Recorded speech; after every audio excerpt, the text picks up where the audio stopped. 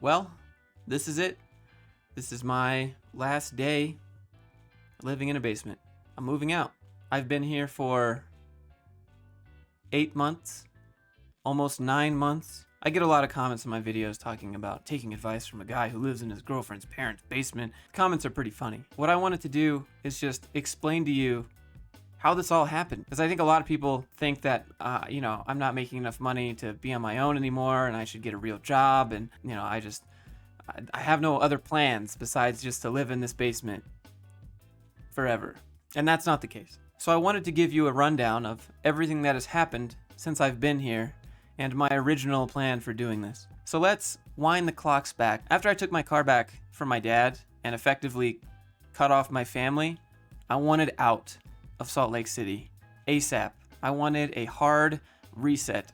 I was honestly afraid that my family was going to show up at my door any day and beg me for money or whatever it was. And the idea of having to call the police on my own family to have them escorted off my property was a lot to bear. I wanted away from all of the things that have negatively affected me while I lived there. Like my family was close by, all the jobs that I worked at that I hated were close by, the ex-girlfriend that cheated was close by. Like I just wanted away. But now that all of that was over, I'm not working as a programmer anymore, don't really have a family anymore, I decided I had no reason to be there anymore. I work remotely on YouTube. HR lady works remotely. Both of us were in the city and we both kind of wanted to get away. So we tossed around the idea of taking a really, really long vacation and, maybe we're both just stressed out and buy an RV, tour the country. But we have too much stuff for that. We have dogs, cars, motorcycles, stuff that won't fit in an RV.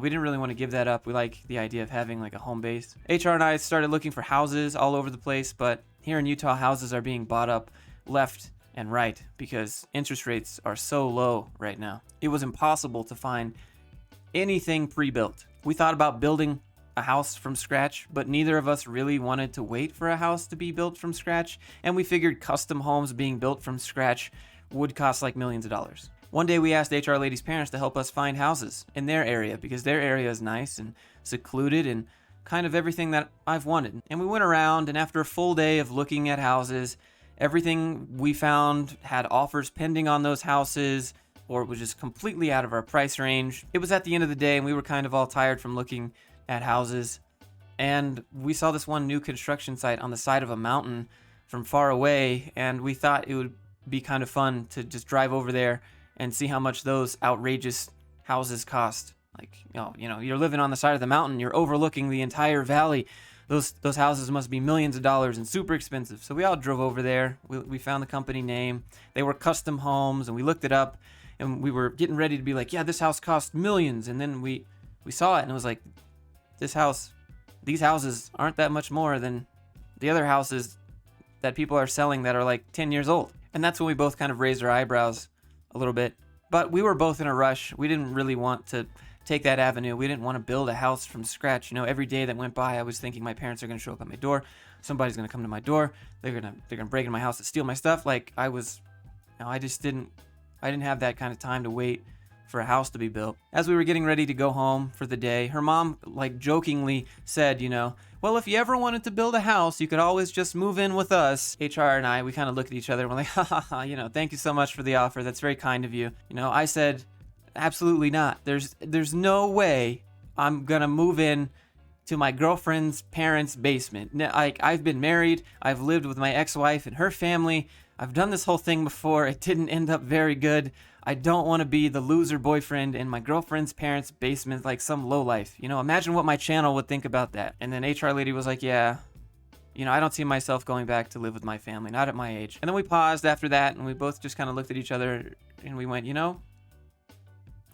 what if we just put our pride aside and we did it? I could rent this house out. I could save money. You could give up your apartment lease. You could save money. It's a risk, of course. And then we both kind of just went back and forth on it. And she was like, yeah, I don't know. And I was like, yeah, I don't know. And then we started to lean more into it. So the next day we called up that company and we set a meeting up with the construction company, and we came in just to see what they would tell us. And what does building a house even look like? So after that meeting, they were telling us, this is how much it costs to do this. You got to pay the special plot fee. You got to have like your earnest money in, then you got to pay for the construction deposit. And like, we were mediocre about it. We sat and thought about it for a few more days. And then one morning we woke up and someone went through HR lady's car, completely opened up all the doors. I think some homeless person slept in her car. Actually, the seat was laid back. There was a blanket in there that wasn't hers. All of her stuff had been, gone through. Why don't you lock your cars, Josh? Well, if you lock your cars, they'll just smash a window in, And I don't live in a bad area either. That's just the life of Salt Lake City. That was her breaking point, and that was my breaking point. So we called up HR lady's parents and we said, yeah, you know what? We're gonna do it. We're gonna come over and we're gonna pursue this building a house thing. I think when we called, her parents were actually kind of surprised we took them up on the offer. Like, I knew they were serious about it, but I don't think they thought we would flip like that, especially just over the course of a few days. I definitely didn't want to sell my house in Salt Lake City. It's a good house. It's right next to everything you need. House values going up. So I decided to figure out how to rent my house and turn myself into a landlord and leverage my asset. What would that look like? What does it cost to do that? Do I get a property management company? What happens if someone doesn't pay rent? Can I evict them? How much could I rent this house even for? Would that be enough money to pay my mortgage? I don't know. And while I was figuring that out, I was also trying to figure out how I could spruce up my house. What do I need to do in here to make this rentable? Like it wasn't unlivable or anything. I thought it was nice. I'm just a simple person. It's an old house. It's from the 1930s. It has that kind of 1930s layout inside and that 1930s look. So HR lady turned her years of binge watching Chip and Joanna Gaines into practical experience. We redid the outside of my house. I had to do my front yard. I pressure washed everything, just give it some good kind of curb appeal. And man, that was a lot more work than I ever thought it was going to be. We redid the inside. We painted all of the bedrooms. We redid my bathroom completely. And then when that was done, I rented a U-Haul, unpacked HR lady's apartment into the U-Haul and moved it into a storage locker where her stuff has been for the past 9 months, 10 months. And I packed up my house and put it into a U-Haul and put it in that storage locker. And that's where most of my stuff has been for the last 9 or 10 months. And again, to be honest, it was a hit to my pride. I have the means to go rent a house and live there and do my own thing and be a man instead of being the turbo simp boyfriend in your girlfriend's parents' basement. I have the means to rent an Airbnb. Why not just do that? I don't want HR to lose respect for me. I don't want her parents to lose respect for me. And I definitely don't want to be resented later, and I don't want to be seen as a user. It took a lot for me to do this. It really took a lot, especially having lived with your parent, your girl's parents before. It took a lot, but here we are. It just didn't make financial sense to do that when their house is right here and the house we're building isn't too far away. So we put the pride aside. I ate a large piece of humble pie, and it's been great. It's actually been pretty fantastic here, and I want to tell you guys all about it. When I first moved in, we didn't really know each other that well. I mean, I knew them, but not like I know them now.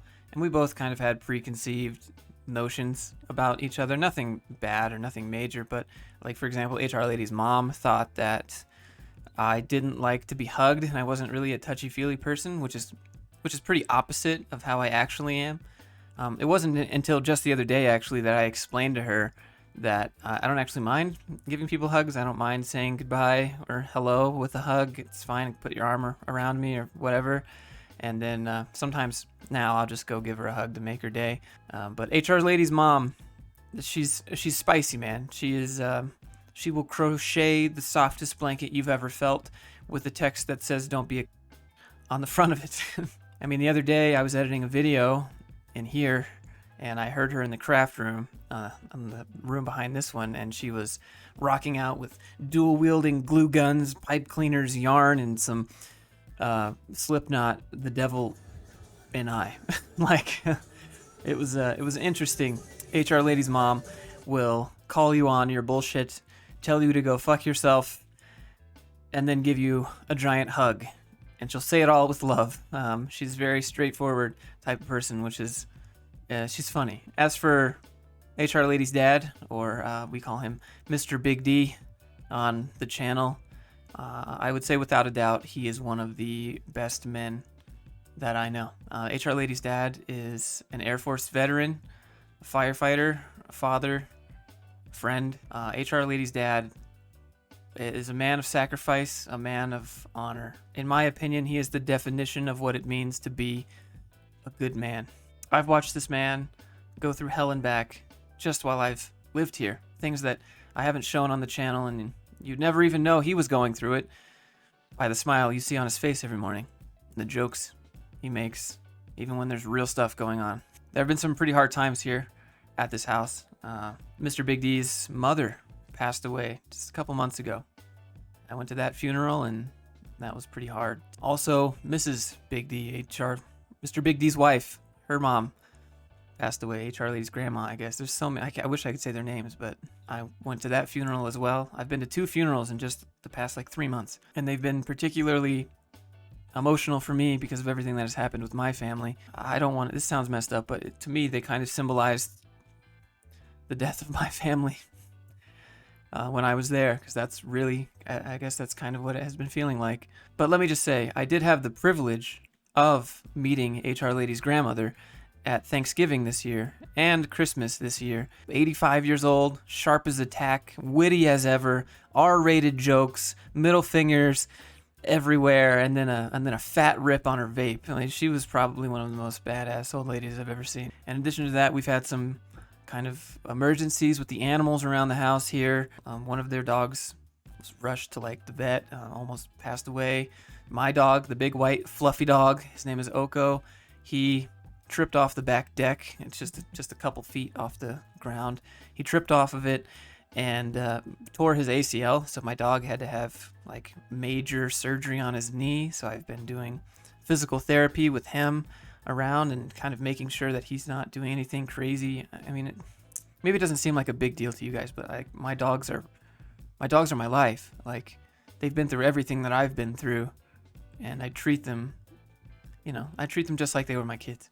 My family tried to reconnect with me here, and I would say that week was probably a very, very difficult week for me. I'm sure you can tell that by the 4 videos in a row that I posted about it and how it affected me. And they were there during that phone call listening, and I'll never forget those times when, the resilience of this family never really ceases to amaze me. Everyone stays in high spirits for the most part. For example, her dad will come home from a long shift at work with stories about how he found bodies, stories about drugs, stories about people on the street, stories of heroism.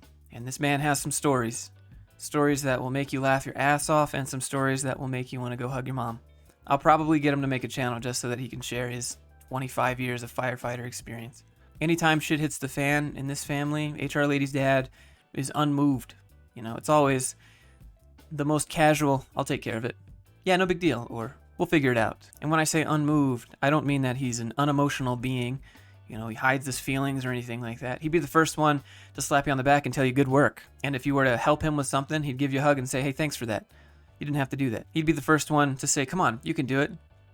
I believe in you. And then if you weren't able to do it, he'd say, that's all right, man. You tried your best. Just keep getting better. Just the other day, he told me how proud he was of me sticking to my diet, because I gained weight to gain muscle, and now I'm shredding back down, and I've lost around 20 pounds so far. And it was just out of the blue. It's it was nice to hear, but definitely wasn't expected. In a live stream I did a while back, when we first moved in, people in chat were trying to troll the live stream and kept asking, how do you feel about them living in your basement? Your daughter's boyfriend. And without hesitation on the live stream, he said, they're family, and you always help family. Now, coming from my perspective, my first thought about that was, no, you don't. Don't you know what family does?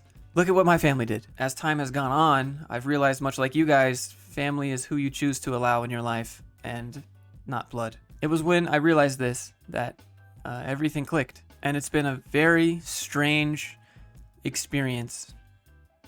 It's like I've had to create an entirely new definition of what that word means, what it looks like, family get-togethers, what holidays look like, what birthdays look like, what day-to-day interactions look like, what asking for help looks like, what giving support to people looks like. I've had to reframe all of this in my mind. For example, just the other day, HR lady showed her parents the last skit that we made with the chief executive intern, and they both stopped what they were doing around the house to watch the video. And I was like, yeah, you don't gotta watch it. It's cringe. It's fine. Like, it's weird, and whatever.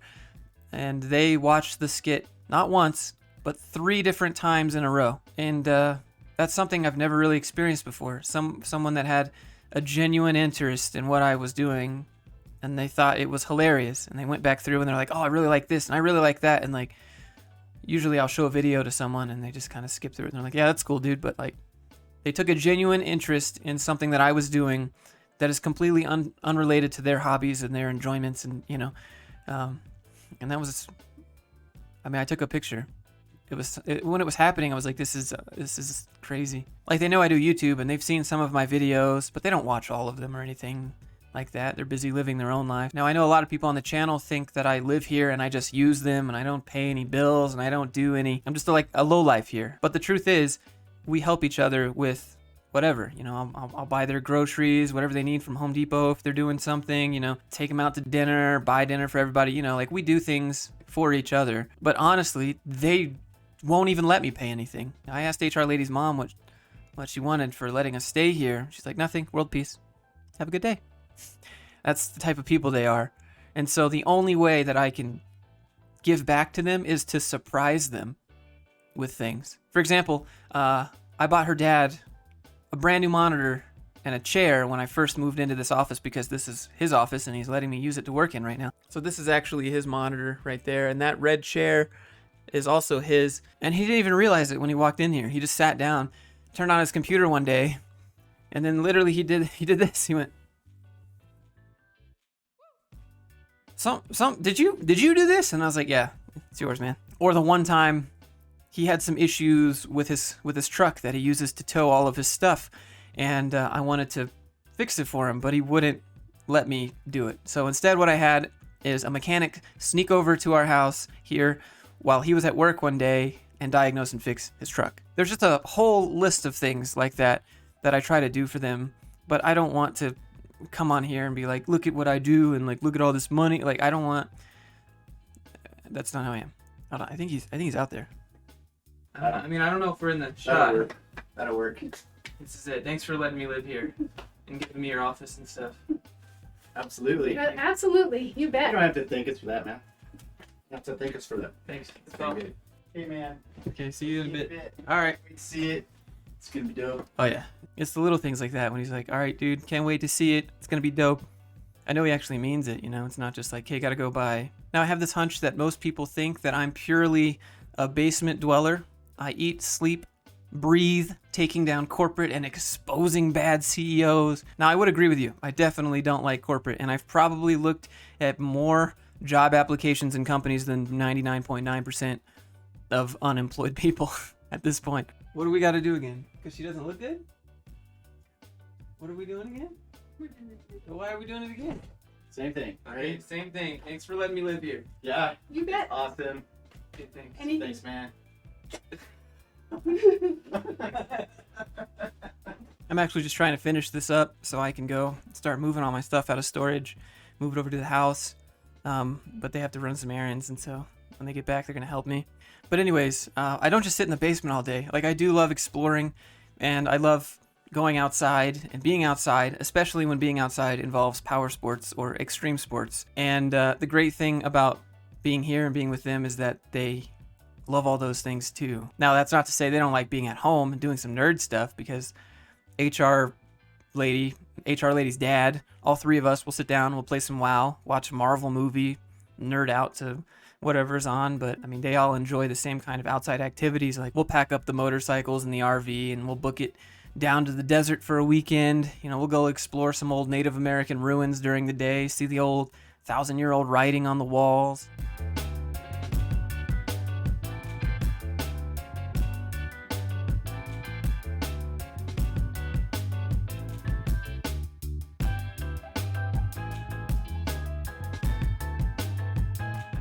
And then We'll sit in the RV at night and we'll watch 90 Day Fiancé with our tethered Wi-Fi phones that have 3 bars of 2G.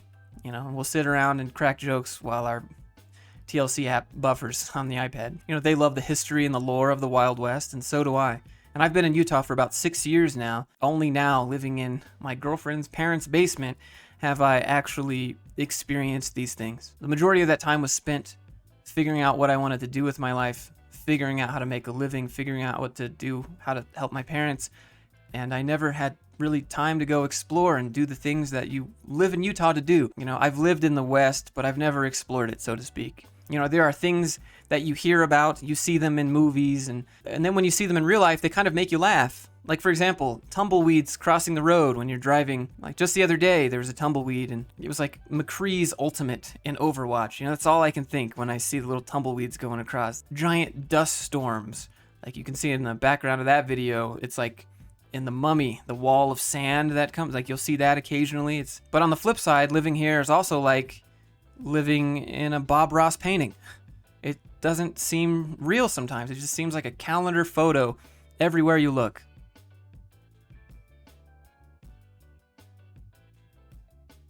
And as I've mentioned before, another great thing is that we're all animal people and we take our animals everywhere, and for all intents and purposes, this house is literally like a dog foster home. All together with all the family members, there are 11 dogs.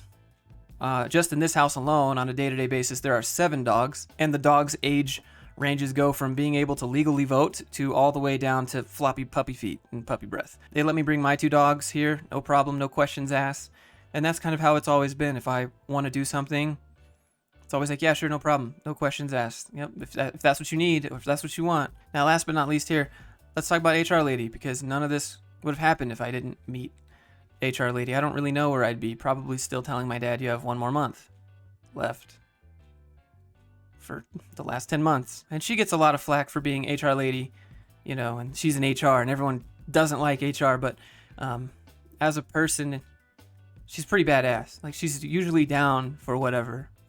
Like, for example, she didn't know how to ride a motorcycle. She always rode on the back of mine, but I wanted her to be able to explore on her own. So I got a few more motorcycles and taught her how to ride. Spent one morning learning how to use the clutch and how to drive around and all that stuff. And then later on that day, we're riding around in the desert. And for never having ridden before, she's doing pretty kick-ass. I taught her how to one-wheel around, so we'll ride those around town. She did a few paragliding lessons with me, and she landed weird one day and hurt her leg, and she just never finished. But she was down to fly off a mountain. Pretty cool. And one of her favorite hobbies is that she likes to rock hound. I would say she likes to rock hound so much that if she didn't have a job doing HR, she would be like a geologist, just breaking open rocks every day and mining different, I don't know. That's her thing. She likes rocks and geodes and exploring and breaking them open and stuff. But like I said, she's also down to stay at home and chill and just do nerd shit. Like, sometimes we'll lay on the couch together, eat some tacos, watch like Pay Money Wubby on Twitch or Kit Boga or some esports. And that picture we were watching Valorant. And she doesn't really know what's going on, but when I explain it to her, she's like, "Oh, okay, that's cool." And like she's into it. She's not just like, "Can we watch something else like 90 Day?" I mean, sometimes she does that, but most of the time she's just down for whatever. Or we'll sit and we'll play some WoW and run some dailies. You know, she's down to play some video games as long as she can play them with me. Or we'll take turns playing some single player game. We'll play Mario Kart on the Switch, whatever. You guys just kind of see her in the background of my videos, but the majority of my life is her and her family, and it has been for the last 10 months. And so I feel like it's only fair to share the things that they've done for me out of the goodness of their heart. As we've both lived here, you know, we're both adults, and as you put any people together in a small space, you know, they hear our problems and we hear their problems, and you know, we try to get out of the house whenever we can if people need space and all that stuff. But as we've lived here, we take a daily trip. We would go see our house being built from scratch, and you know, some days just nothing would happen. For weeks, nothing would get constructed. There would be no change, and it would just be a pile of dirt or pile of wood or whatever. And we'd go every day, sometimes twice a day, just to get out of the house. You know, it wasn't actually supposed to take this long. I wasn't supposed to be in a basement for 8-9 months. I was only supposed to be here for like 4 maximum. But anyways, sometimes on our way back from the gym in the morning, on really calm, cool, still air mornings, we would see hot air balloons floating around the valley, and we'd always stop and take some video of it. And Then we'd look at each other and we just kind of joke and be like, one day we're going to be able to look out of our living room window out back across the valley and see these hot air balloons, and that was when we had no idea that this was going to take this long. And then just today, we went to the house that we just bought, and there it was.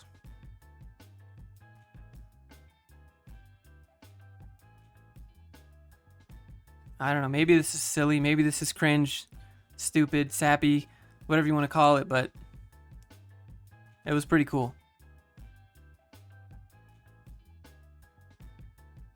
So this is it, boys. I am no longer a basement dweller. Well, I'll still be in a basement, but just at our new house instead of this house. Hope you have a good Friday. I'm going to go move all of my stuff. If you got a smile or something out of it, maybe click like, click subscribe, and I'll see you guys in a couple days in the new spot.